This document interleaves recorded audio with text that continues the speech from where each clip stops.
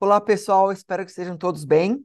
Bom, eu resolvi gravar esse vídeo, é um vídeo extra que nós vamos ter aqui agora, tá bom? É um vídeo respondendo algumas perguntas que eu recebi de vocês que estão estudando aí conosco, né, o livro de Atos, tá certo? Algumas perguntas eu respondi individualmente para algumas pessoas, porém algumas outras eu decidi trazer para cá em um modelo de vídeo, porque de repente pode ser a dúvida de algumas outras pessoas, tá bom? Bom, pessoal, então, esse vídeo de perguntas e respostas aqui que eu vou tá fazendo, ele é referente ao capítulo 1º até o capítulo 6 do livro de Atos, tá? Pode ser que quando você estiver assistindo esse vídeo, eu já tenha lançado capítulos adicionais, tipo o capítulo 7, 8 e 9, 10, não sei, né? E talvez não estarão nesse vídeo perguntas dos capítulos à frente.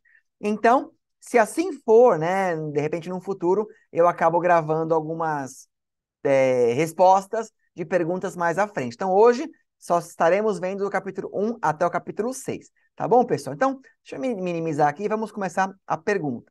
Primeira pergunta aqui é o seguinte: os discípulos faziam da igreja uma espécie de socialismo ou um comunismo no início?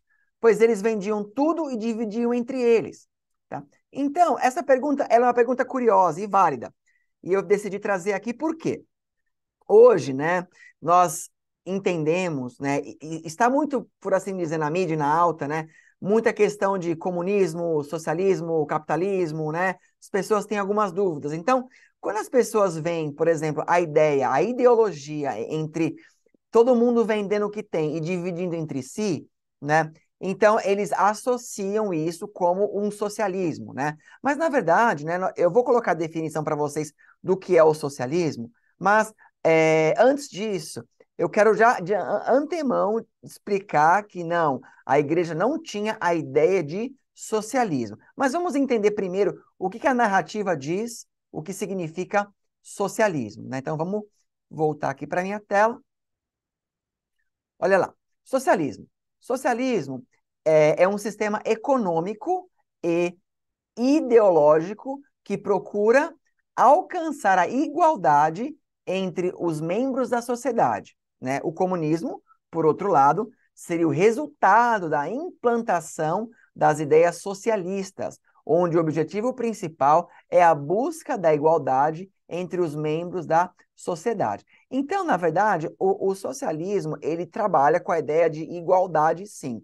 Só que, ao meu ponto de vista, pode ser que não seja o seu ponto de vista, mas do meu ponto de vista, o socialismo ele trabalha numa igualdade desigual. Por exemplo, é mais ou menos assim. Imagina numa cidade onde tem, sei lá, 1.000 pessoas, né? E dessas 1.000 pessoas, eles querem colocar o socialismo.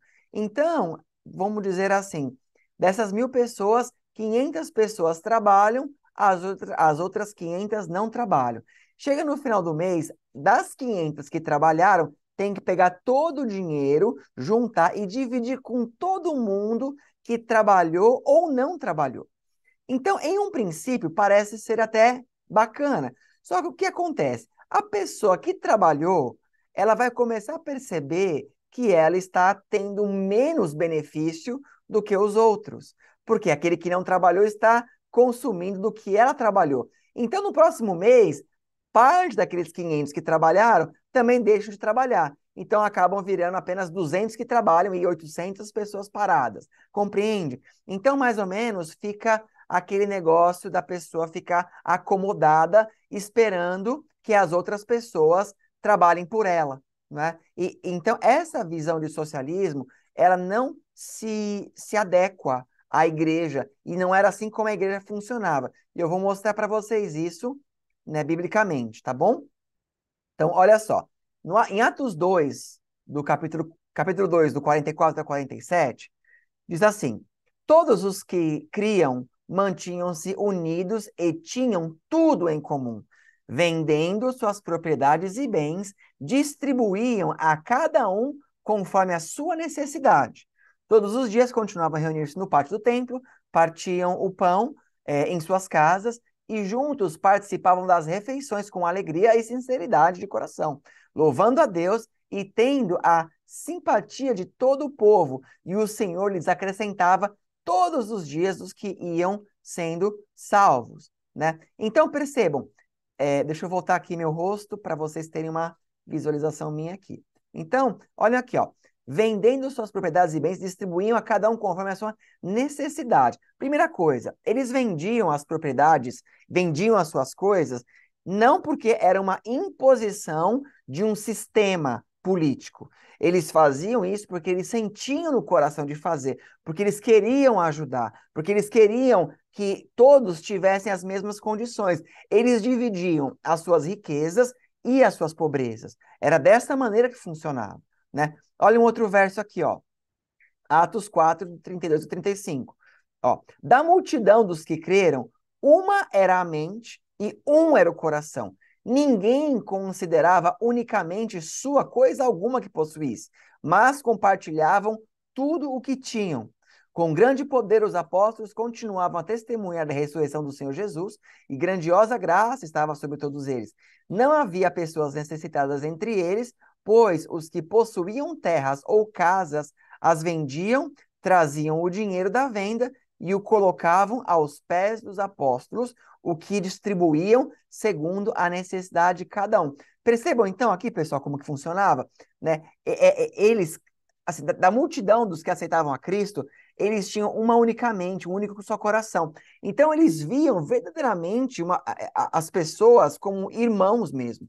Então, por exemplo, se você mora numa casa onde tem seu pai, sua mãe, seus irmãos, irmãs, né? Quem mora junto com você, você não fica ali fazendo conta, né? Você trabalha e você não fala, ó, pessoal, eu trabalhei, vocês aqui em casa, né? Não, você trabalha e você divide o que você trabalha dentro da sua casa, porque você enxerga isso como irmãos, não é? Como família, tá certo? E isso era algo que o Espírito Santo colocava isso sobre eles, né? Eu não coloquei o texto aqui para não ficar muito grande a resposta, mas se você voltar lá no capítulo de Atos, no capítulo 5, que vai falar de Ananias e Safira, que eles reteram uma parte, quando Pedro confronta, Pedro fala assim, não foi o Espírito Santo, né, que colocou isso no coração de vocês, quer dizer, vocês não estão mentindo para nós, para os homens, vocês mentem ao Espírito Santo, porque quem colocava essa vontade para eles era o Espírito Santo. Então, queridos, a igreja não tinha uma ideia socialista. E para matar, o último verso aqui,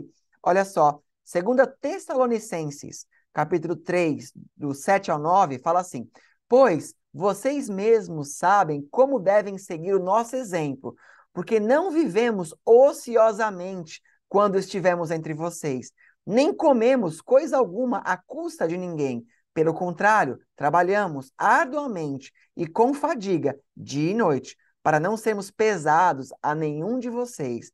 Não porque não tivéssemos tal direito, mas para que nos tornássemos um modelo para ser imitado por vocês.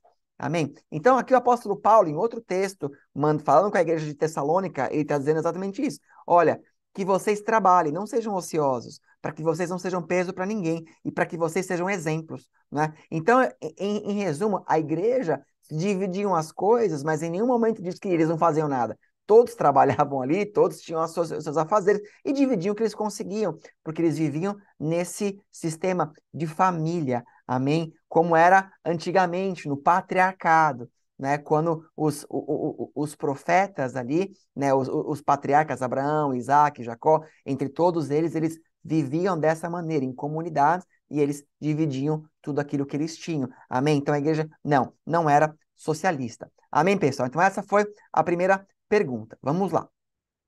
Segunda pergunta aqui que nós temos, né? Deixa eu minimizar aqui. Pronto. Se o Espírito Santo foi entregue de uma forma geral em Atos 2 para os apóstolos ou discípulos e hoje para todos os que aceitarem o nome de Jesus, como explicar as manifestações dos profetas no Antigo Testamento? Também no Novo Testamento vemos algumas coisas, como em João capítulo 20, do 19 a 23, ou até mesmo a mulher samaritana que foi evangelizar a cidade. Então, pessoal, essa segunda pergunta é uma pergunta muito importante também, porque na minha aula eu estava explicando que o Espírito Santo ele foi derramado, né, de uma maneira literal, de uma maneira universal em Atos, no capítulo 2 ali no Pentecoste.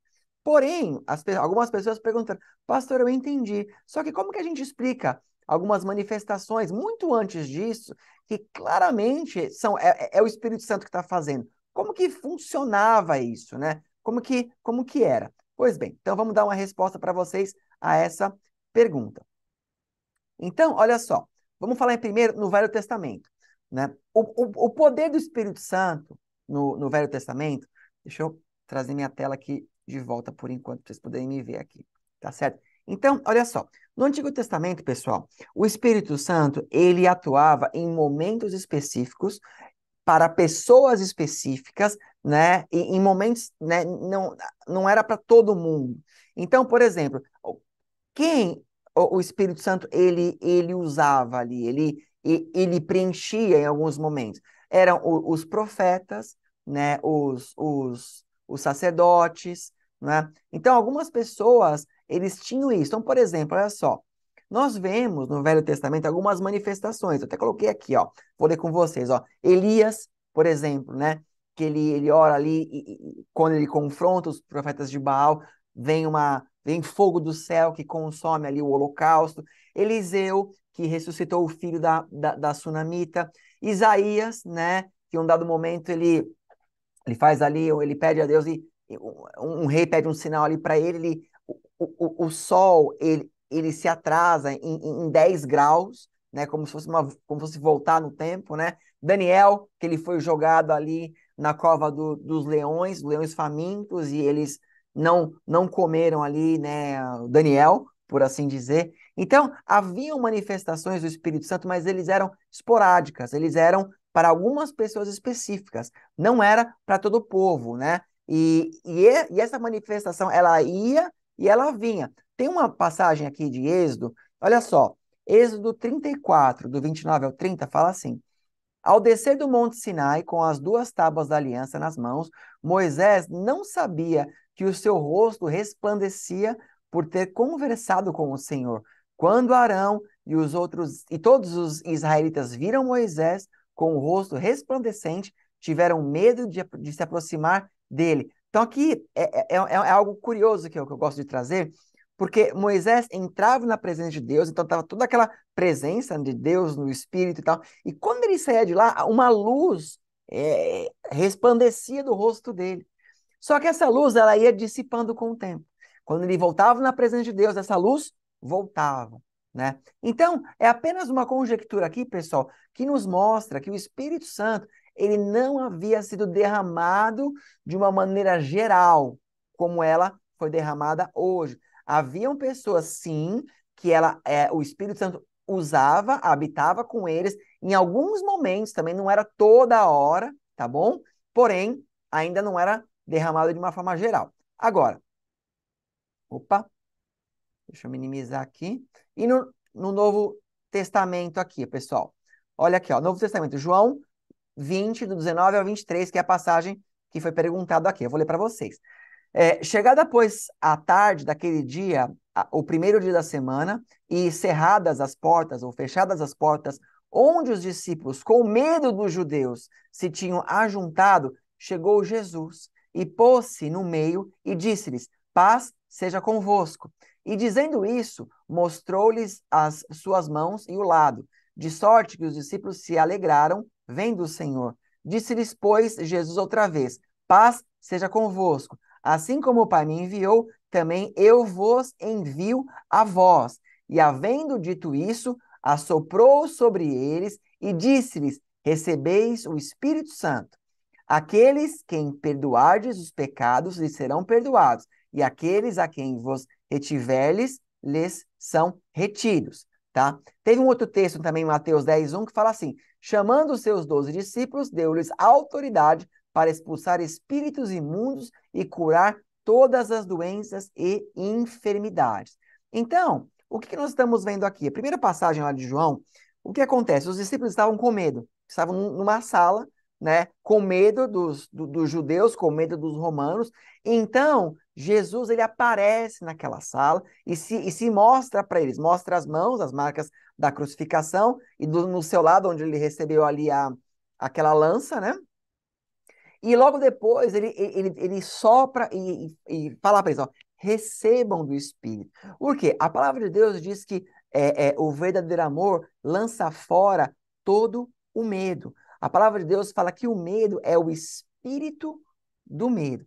Então, se você tem o Espírito Santo, você não tem o espírito do medo, porque o Espírito Santo habita em você. Então, eu creio que naquele momento o Senhor Jesus, ele derrama ali sobre eles o Espírito Santo para que todo o espírito de medo saísse deles naquele lugar, naquele momento. E eles redobrassem a sua fé, redobrassem a sua força. Já em Mateus 10, que eu estava lendo, ali é o momento que Jesus ele vai enviar os discípulos para que eles comecem a pregar o evangelho de 2 a 2 e a curar as pessoas. Ali Jesus derramou sobre eles, sim, a presença do Espírito para que eles tivessem esse dom da cura naquele momento. Amém? Mas, de novo, ainda não havia sido liberado para eles o Espírito Santo de uma maneira total. Também me perguntaram, pastor, aquela mulher samaritana de João 4, que Jesus prega para ela no poço, depois ela sai de lá e ela vai para a cidade, acaba trazendo a cidade, né, para conhecer a Cristo, né? Ela fez isso através do poder do Espírito Santo? Olha, eu vou dizer que eu creio que sim. Eu creio que, na verdade, ela crê na palavra e ela se encheu ali de um propósito e ali aquela certeza, né? Talvez o Senhor Jesus permitiu que ela tivesse essa fé de uma maneira espiritual grande, a ponto dela conseguir trazer essas pessoas, tá bom? Então, para que a gente finalize aqui, o Espírito Santo, ele de fato, ele já agia no Antigo Testamento e antes de Atos 2. Porém, apenas depois de Atos 2 é que todo aquele que confessar o nome de Jesus Cristo teria, então, o privilégio de ter o Espírito Santo em si. Quer dizer, hoje o Espírito Santo ele é liberado para todas as pessoas, não é? É mais ou menos dessa maneira. Amém, pessoal? Então, continuando aqui as outras perguntas. Vamos lá. Bom, pessoal, a próxima pergunta é a seguinte: devemos ser batizados no nome de Jesus? Atos 2:38 foi o que a gente leu, né? Ou no nome do Pai, do Filho e do Espírito Santo, né? Em Mateus 28:19. Então, antes de abrir a tela aqui, vamos ler isso aqui, pessoal. Ó, no dia de Pentecoste, Pedro disse à multidão: arrependei-vos e a cada um de vós seja batizado em nome de Jesus Cristo, para a remissão de vossos pecados, e recebereis o dom do Espírito Santo. Atos 2:38. A sua ordem a respeito do batismo era que fosse feita em nome de Jesus Cristo. Anteriormente, Jesus disse a seus discípulos para batizar discípulos em nome do Pai, do Filho e do Espírito Santo. Mateus 28:19. A diferença de palavras, né, tem levado muitos a se perguntar qual é a fórmula correta. Devemos batizar em nome do Pai, do Filho e do Espírito Santo? Ou devemos batizar apenas no nome de Jesus? Bom, essa é uma pergunta simples e válida, mas a resposta é: como nós entendemos, né, que existe Deus Pai, Deus Filho e Deus Espírito Santo. Eu expliquei isso, se eu não me engano, na primeira aula, né, de Atos, ou na segunda, agora não me lembro o correto, mas quando nós, foi na primeira aula, perdão, como nós entendemos que eles são um ser único, né? Eles são três, mas são um. Então, se você batizar em nome de Jesus, automaticamente você está batizando em nome do Pai, do Filho e do Espírito Santo, né? Então, tanto faz se você estiver mencionando o nome do Pai, do Filho e do Espírito Santo, ou te batiza em nome de Jesus Cristo, tá? Quando eu batizo as pessoas, eu batizo no nome do Pai, do Filho e do Espírito Santo, que eu sinto mais confortável batizar dessa maneira.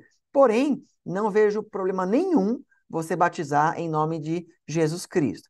Agora, a fórmula, né, se eu posso chamar de fórmula, mas a maneira correta, ou é um ou é outro. Eu já ouvi dizer de igrejas ou seitas, né, que batizam em nome dos mortos, batizam em nome de antepassados, né, eles fazem todo um certo ritual e às vezes não mencionam o nome o nome de Jesus ou o nome do Pai, do Filho e do Espírito Santo. Então isso é muito complicado, tá? O batismo, ele precisa ser debaixo do nome de Jesus Cristo, né? Ou, de novo, no nome do Pai, do Filho e do Espírito Santo. Amém? Então vamos lá. Próxima pergunta. Bom, pessoal, uma próxima pergunta que nós temos aqui é a seguinte: cabe à igreja decidir quem pode ou não tomar a Santa Ceia? Cada um decida por sua própria consciência, né? Quer dizer, deixa eu falar algo antes de abrir minha tela aqui. Deixa eu ler os que eu escrevi. Olha só. A Bíblia diz que a Santa Ceia é para os salvos. Não tem nenhuma regra clara na Bíblia sobre ser batizado para tomar a Santa Ceia. No entanto, o batismo é um sinal oficial de que a pessoa crê em Jesus e o aceitou como seu Salvador. Por isso, muitas igrejas só dão a ceia a quem é batizado. A única regra clara na Bíblia sobre a ceia é que é para os salvos. Quem toma a ceia está dizendo que crê que Jesus morreu por seus pecados, que ressuscitou e que um dia vai voltar, né? 1 Coríntios 11, 26.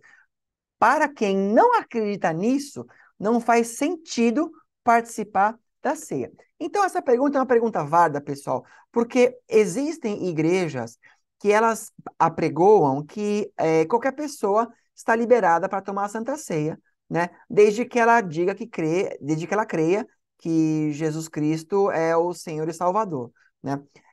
Então, eu não julgo as igrejas que têm essa prática, né? E eu dei uma pesquisada e eu vi que tem bastante igreja que ela acredita que se chegou uma pessoa hoje na igreja, é dia de Santa Ceia, né? E não importa se ela for umbandista, se ela for espírita, que religião que ela tiver, se ali naquele dia ela declarar, não, eu aceitei Jesus, eu acho que eu estou pronto para tomar ceia, essa igreja daria a ceia para essa pessoa.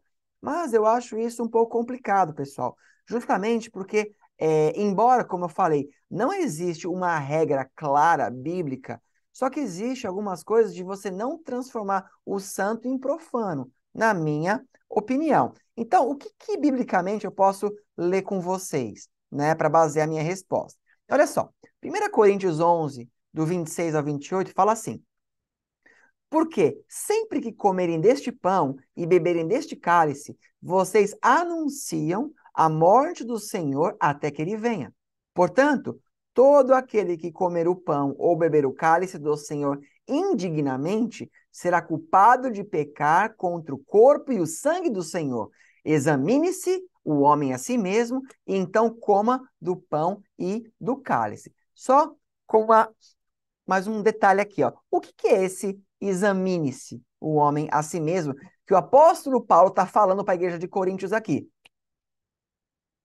né? Examinar a si mesmo é verdadeiramente você crer que o Senhor veio, morreu, ressuscitou e voltará, como ele está dizendo aqui. Quer dizer, se você, deixa eu parar de novo. Quer dizer, se você olhar para dentro de você e você falar assim, não, eu creio que o Senhor Jesus Cristo, ele é Senhor, ele veio, ele morreu por mim, ele ressuscitou e ele vai voltar. E eu creio, e eu vivo por ele. Se você tem esse entendimento, então você tome da ceia. Por quê? A palavra está dizendo que se você toma da ceia de qualquer maneira, você faz isso para sua própria condenação.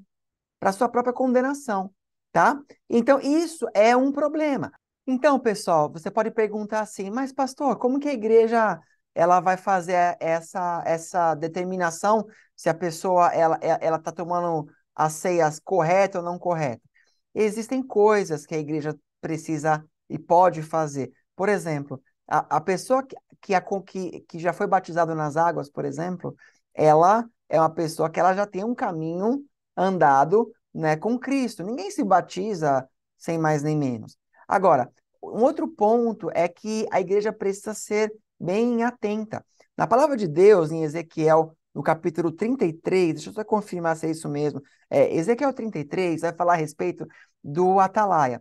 Fala a respeito daquela pessoa que ela tem a função de atalaia. O que era o atalaia? O atalaia era aquele soldado que ficava na torre de vigia. Ele ficava vigiando para ver se o inimigo viria. Quando o inimigo estava vindo, o atalaia tinha que tocar a trombeta, né, avisando que o inimigo vinha. Se ele tocasse a trombeta, porém as pessoas não se cuidassem e morressem na mão do inimigo, então o atalaia não tinha nenhuma responsabilidade, porque ele avisou. Só que se o atalaia não avisasse e as pessoas morressem, então o sangue daquelas pessoas seria cobrada do atalaia. Então, quando a gente volta aqui para o nosso texto, pessoal, a gente vai ver aqui que fala assim, ó, portanto, todo aquele que comer do Senhor indignamente será culpado de pecar contra o corpo e o sangue do Senhor. Então, isso é uma culpa que a igreja precisa, né, não estar levando, no meu ponto de vista. Agora, de onde vem esse texto? Por que que Paulo está falando isso? Simples. Olha os versos anteriores, né? 1 Coríntios 11, do 20 a 25.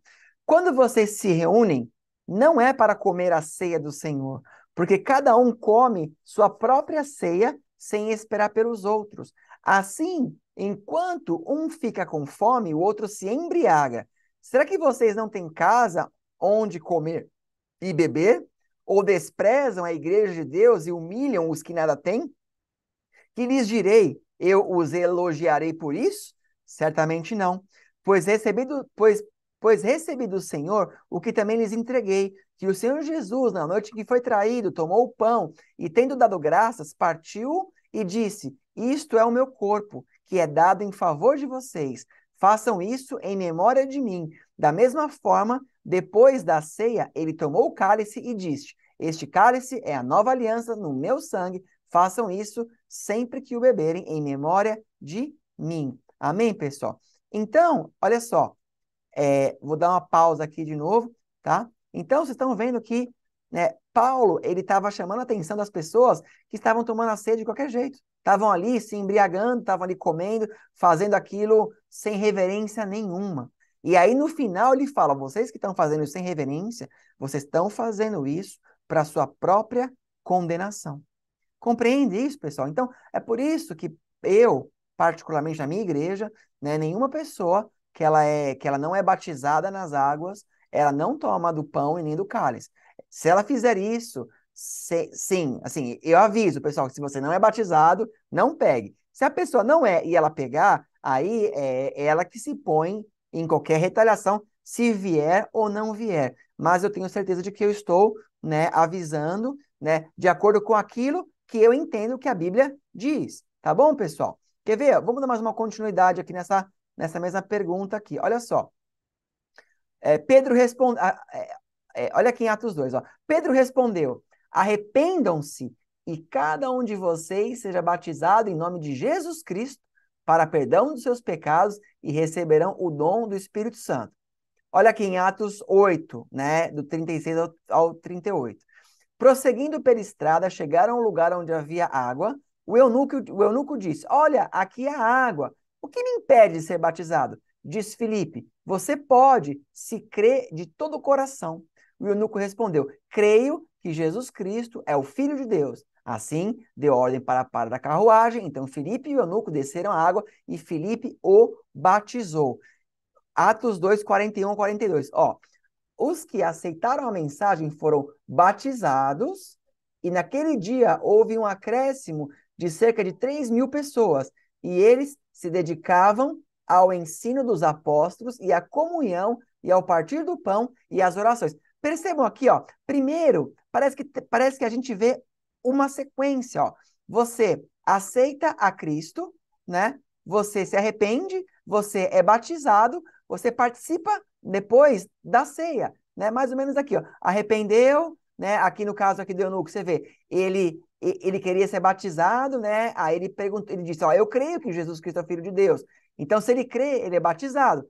Aqui, quem é batizado, né, se dedica aos ensinos, à comunhão e ao partir do pão. Então, me parece que tem uma sequência. Embora, de novo, não é uma regra, mas eu me baseio por isso. Então, né, de novo, eu vou fechar de novo a minha tela aqui para finalizar. Essa resposta ficou grande, mas, de novo, eu não quero condenar a igreja que, de repente, né, tem como doutrina permitir que todo mundo tome a ceia de qualquer jeito. Mas, para mim, eu acho muito complicado você transformar algo tão profundo de Deus, que nos mostra que tem que ter uma comunhão com Cristo, né, em arrependimento, em batismo, em comunhão, né?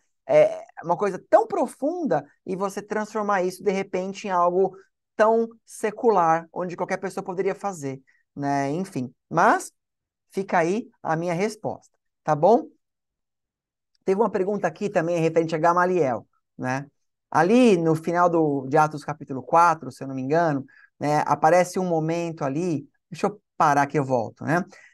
No final de Atos 4, ali aparece um momento onde os fariseus, onde os sacerdotes, o sumo sacerdote, eles estão irados contra os apóstolos, porque os apóstolos eles estão fazendo curas e milagres e tal, eles estão enciumados com inveja, irados e querem matá-lo. E aí eles estão prontos para começar a tramar a morte deles ali. E então aparece um homem ali chamado Gamaliel, que ele era um rabino, ele era um homem muito estudioso, né? Muito conceituado.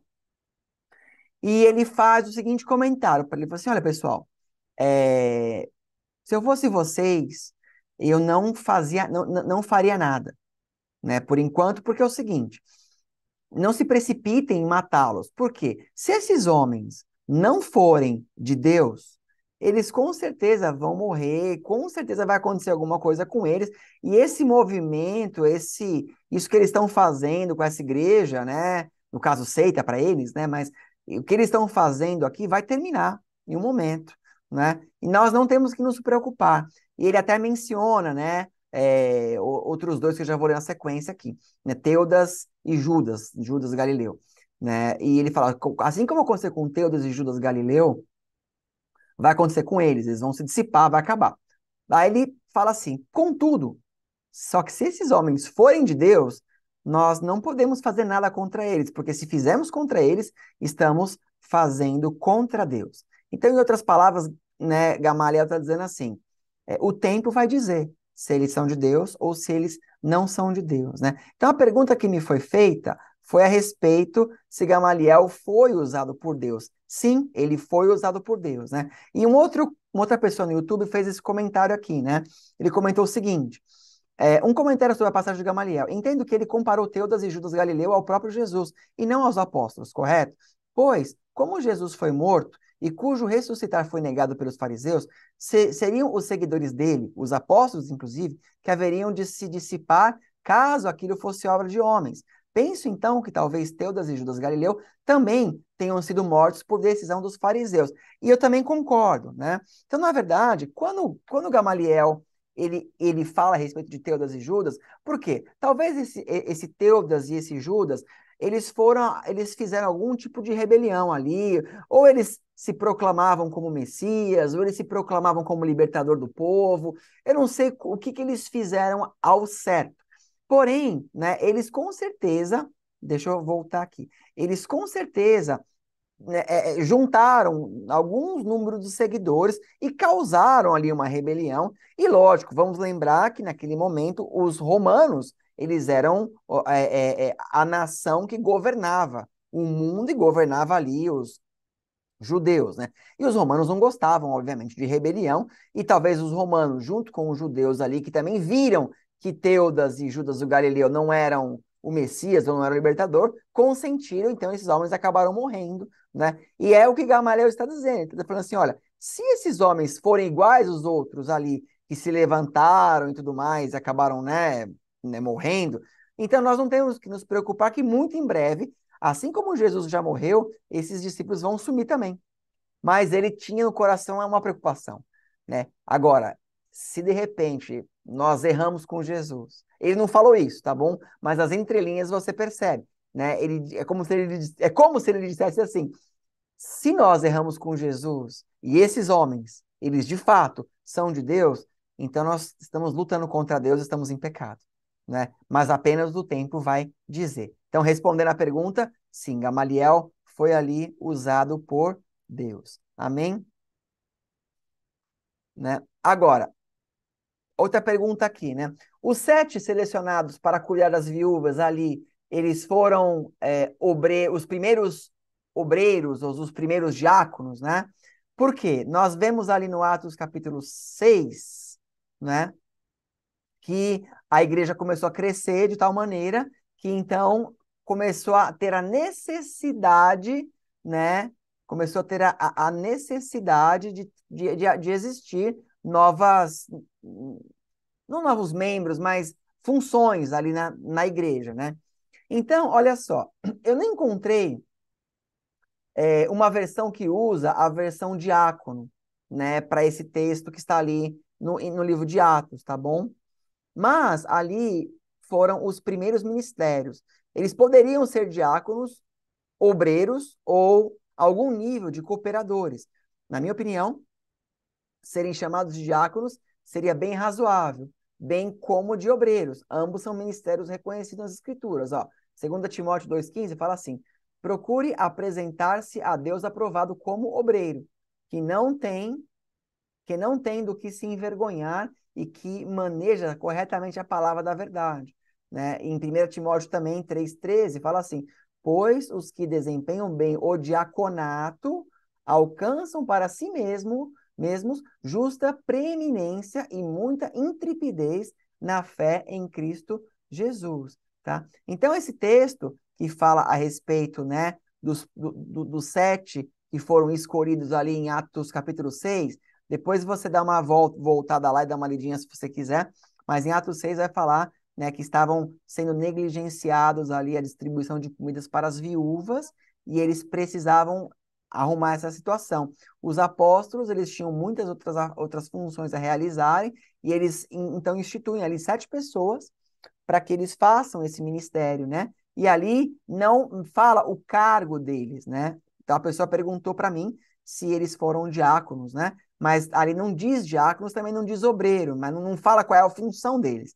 Mas tanto faz, quanto diáconos ou obreiro, que ambas são funções descritas na palavra do Senhor, né? E eu creio que eles foram, né, de repente, de verdade, os primeiros diáconos ou os primeiros obreiros ali na obra. Bom, pessoal, uma outra pergunta que foi feita é essa daqui, ó. Unção versus hierarquia espiritual. Essa hierarquia espiritual, não somos todos iguais perante Deus? Não posso eu orar impondo minhas mãos e ungindo um pastor pela cura dele? Essa pergunta ela veio porque em Atos 6 eu fiz uma explicação, não é, referente à diferença entre unção com óleo e imposição de mãos.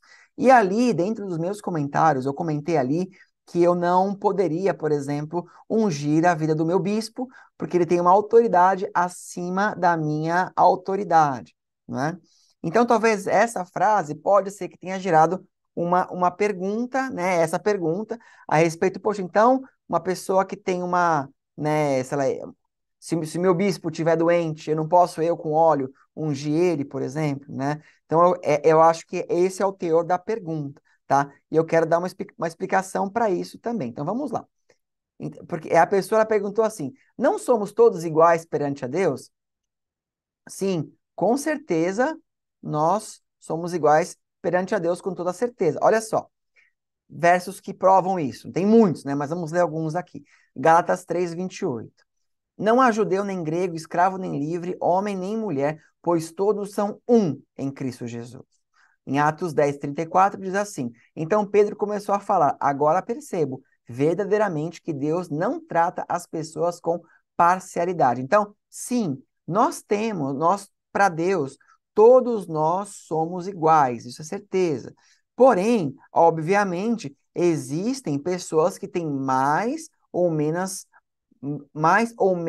unção, mais ou menos intimidade com Deus, mais ou menos relacionamento com Deus, que isso traz determinadas coisas em diferentes pessoas. Por exemplo, nós somos maiores ou menores do que Moisés? Bom, perante ao óleo de Deus, somos todos iguais, mas a autoridade espiritual que Moisés tinha, será que era a mesma que você tem? Será que é a mesma que eu tenho? Pessoal, como é que funciona essa questão da autoridade espiritual, né?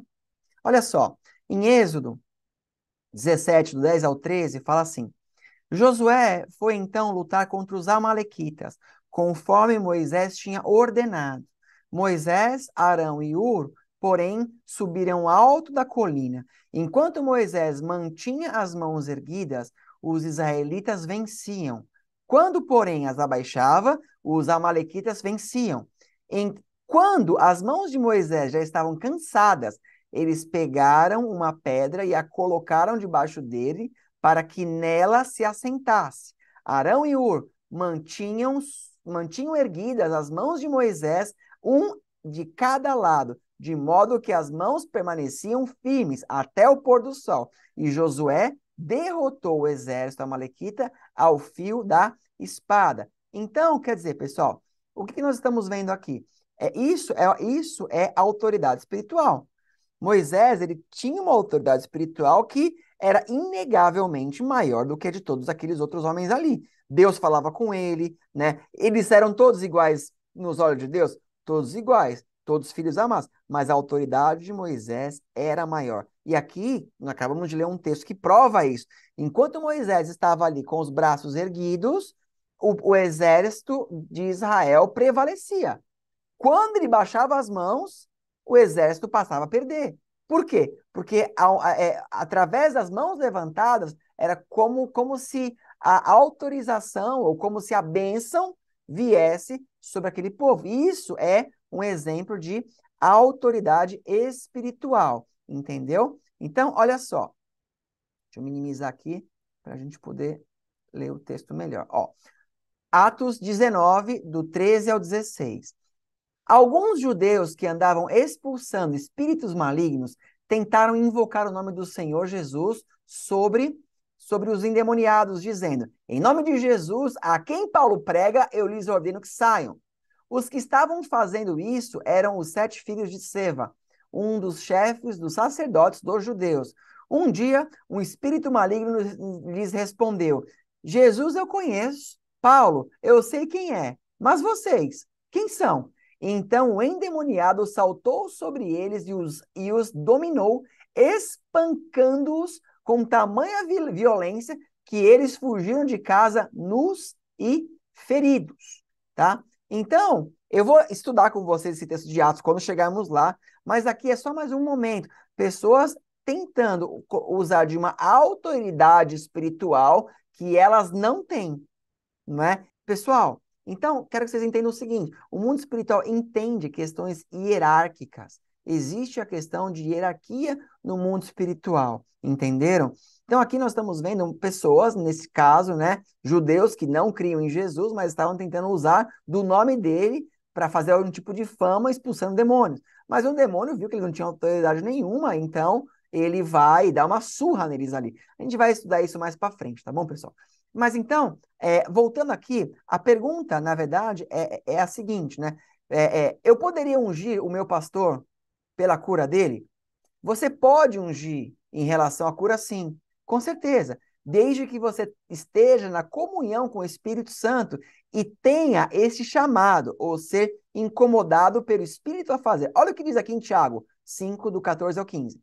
Está alguém dentre vós doente? Chame os presbíteros da igreja e orem sobre ele, ungindo com azeite em nome do Senhor. E a oração da fé salvará o doente, e o Senhor o levantará. E se houver cometido pecados, ser-lhe-ão perdoados. Aqui fala doente. O doente pode ser qualquer pessoa. Se você tem uma unção e o Espírito Santo te incomodou, vai lá, ora pelo seu pastor, unge a vida dele, na verdade, unge a vida dele no sentido, unge as enfermidades dele para que ele seja curado, né? Se o Espírito Santo disse isso, né, e é entendido a se fazer, eu não vejo isso um problema. O problema é que você não pode, né, por exemplo, consagrar o seu pastor colocando a mão na cabeça dele. Por exemplo, você não tem uma autoridade espiritual para chegar ali na vida do seu pastor, colocar as mãos na cabeça dele e falar: agora você está sendo ungido, eu estou te consagrando, você vai ter uma unção, né? Você só unja até o ponto que você chegou. Você não vai ver na Bíblia em nenhum momento algum discípulo colocando a mão na cabeça de Moisés ou colocando a mão na cabeça de algum dos profetas ali, porque eles eram a autoridade máxima. Você não vai ver ninguém colocando as mãos na cabeça de Jesus. Claro, eu não estou me comparando ou comparando algum líder a Jesus ou algum dos profetas. Eu estou falando a respeito de autoridade espiritual. Compreende? Claro que o Espírito Santo ele pode, de repente, conduzir algum movimento que foge a alguma regra, que foge a alguma coisa, mas a pergunta é: se eu posso ungir o meu pastor que está doente com óleo? Se você tem esse chamado, você pode, se assim for entendido, tá certo? O que você não pode fazer é consagrar o seu pastor a alguma coisa, né? Eu te consagro agora, meu pastor, como líder das nações. Pô, você é líder das nações para consagrá-lo, não entende? Então, essa é a questão, tá bom, pessoal? Bom, alguém também comentou aqui no YouTube, ó, pessoal. Poderia adicionar no seu vídeo de perguntas e respostas um esclarecimento sobre Êxodo 30:33, sobre a proibição de usar o óleo em alguém que não for sacerdote? E aproveitando, o análogo para o incenso de Êxodo 30, 38? Então vamos ler aqui, ó. Êxodo 30, 33 diz assim: quem fizer óleo como este, ou usá-lo em alguém que não seja sacerdote, será eliminado no meio do seu povo. Êxodo 30, 33. Bom, vamos responder esse aqui primeiro, né? A questão aqui é que Deus, deixa eu voltar aqui para responder, que vocês me vendo aqui. A questão aqui é que nesse texto, Deus ele havia falado para Moisés construir ali o tabernáculo, e tinha todos os utensílios do tabernáculo. Deus ele dá uma receita ali, né, a receita de como fazer o óleo da unção, e Deus ele fala ali para Moisés usar aquele óleo da unção para ungir os utensílios ali daquele lugar, a fim de que promovesse uma consagração, para que consagrasse aqueles itens, aquelas coisas, como sendo exclusivas de Deus, né? Então, isso é o que está acontecendo nesse momento. Então, voltando aqui para a tela, né? Então, por que tinha essa questão dos sacerdotes, né, que era apenas quem podia isso? Porque o sacerdote era a pessoa separada por Deus para fazer isso. O sacerdote, ele era aquele que tinha a ordenança ou a autorização de Deus para fazer. Por isso que os sacerdotes apenas faziam isso, né? E aí, a outra questão, do Êxodo 30, 38, era: e quem fizer um incenso semelhante para usufruir sua fragrância, será eliminado do seu povo. Ó, deixa eu ler o que eu escrevi aqui. Nesse contexto, Deus faz uma separação dos utensílios do tabernáculo como consagrado, ungindo-os com óleo.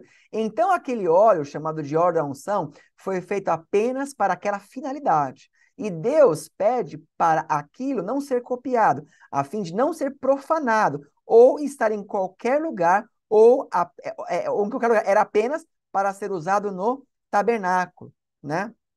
Hoje temos o Espírito Santo em nós, então o óleo que prefigurava a unção do Espírito Santo não necessariamente é mais necessária, porém, por doutrina ainda usamos, e como eu disse na aula do capítulo 6, não é pecado e não tem uma proibição. Então, a resposta aqui é simples. Por que Deus proibiu? Porque Deus não queria que aquilo que ele estava consagrando virasse profano. Então, para que as pessoas, de repente, não pegassem esse óleo e começassem a fazer desse óleo, sabe, o óleo da cura milagreira, o óleo que faz milagres, o óleo que veio de Deus, né? Como muitas igrejas às vezes fazem, vendendo, né, a porcaria ungida para as pessoas e pagam uma fortuna por conta disso. Então, Deus, ele estava separando aquilo que era consagrado do profano. Os sacerdotes eram os únicos que podiam usar ou se consagrar, porque eles foram chamados a fazer isso. Eles foram chamados, a tribo dos levitas, né? Os levitas são chamados, né? Ali a descendência de Arão, para fazer esse tipo de coisa. Tudo bem? Né? E ali ele também fala para não fazer incenso, porque o incenso era como se fosse você dando um gato ali, né? Ah, não estou usando óleo, né? Mas a pessoa faz o incenso para ficar cheirando aquilo e tudo mais, né?